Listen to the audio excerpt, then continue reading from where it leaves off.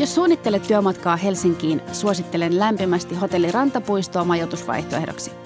Luonnon keskellä, mutta ei silti kovin kaukana Helsingin keskustasta, sijaitsee tämä arkkitehtoninen helmi. Sisäänkirjautuminen sujuu nopeasti ja sitten suoraan huoneeseen rentoutumaan ja valmistautumaan huomisen tapaamisiin. Huone oli toiminnallinen ja yksinkertainen. Tilava työpöytä, wifi ja kaikki tarvittavat mukavuudet 4 tunnin ajomatkan jälkeiseen virkistäytymiseen. Pöyheät tyynyt ja pehmeä peitto. Kyllä kelpaa. Seuraava aamu tervehti rauhallisella meri- ja metsänäkymällä. Juuri passeli taustakangas lataamaan akkuja. Niin se ja tietenkin ravintola Furun runsas aamiainen. Laaja valikoima, johon kuuluu muun muassa Rantapuiston oma hunaja, on täydellinen polttoaine kiireiseen päivään.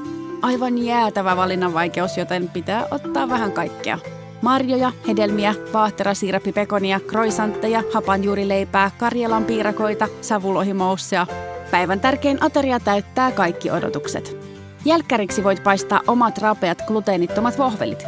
Ja voit nauttia aterian samalla kun ihailet ympäröivää luontoa. Design Lounge on mainio paikka rentoutua. Se on niin kuin Rantapuiston olohuone upean merimaiseman äärellä. Ja kun on aika kirjautua ulos, älä ylläty, jos tunnet pientä haikeutta.